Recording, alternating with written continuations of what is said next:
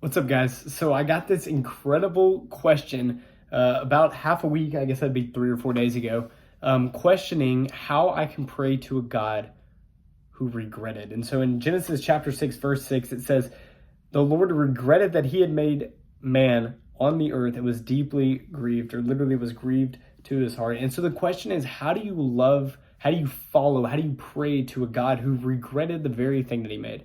That is an excellent question. And so I decided to do some research into that word regretted. And there's essentially two parts to this question.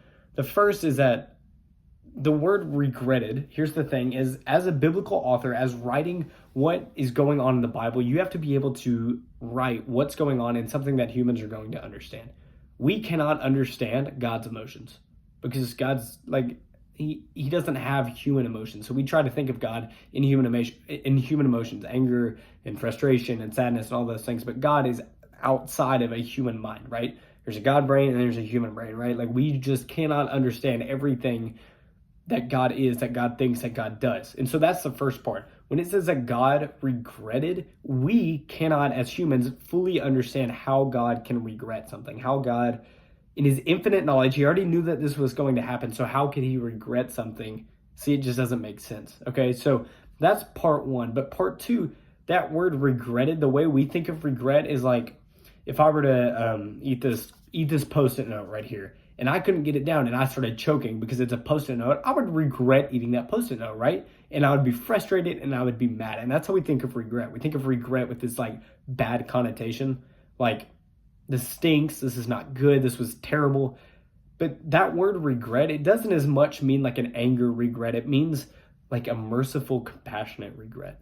And so the words that it means is like, it's like a sigh of not of frustration, but a sigh of like sadness, of compassion. So God sees that this world is broken. He sees that the world is very evil. And what does he do? He goes, no, my kids, my children, they're hurting and they're broken and they're lost. That word regretted is a compassionate regret. That he's going, no, I want to save them. That's exactly what he did. That was Noah, was the saving to that world. In the book of Enoch, it actually talks about what was going on, that the fallen angels were coming to earth and breeding with the human beings and completely ruining the human race.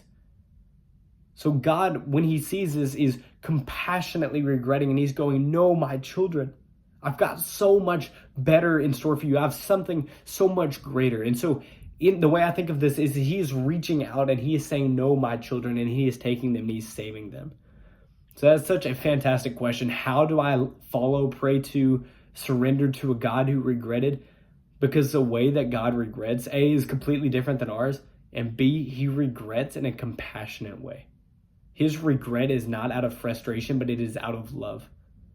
The way he regretted was in a way that he wanted to reach out and save us. He wanted to give us salvation. He wanted to give us peace and hope and a future as a humankind. And so that is such a great question. And also, the Lord is so good and so compassionate in all things. So thank you again for submitting the question. If you have any other questions like that, please submit them. I love answering questions like that and just talking. But anyways, appreciate y'all tuning in. Love y'all.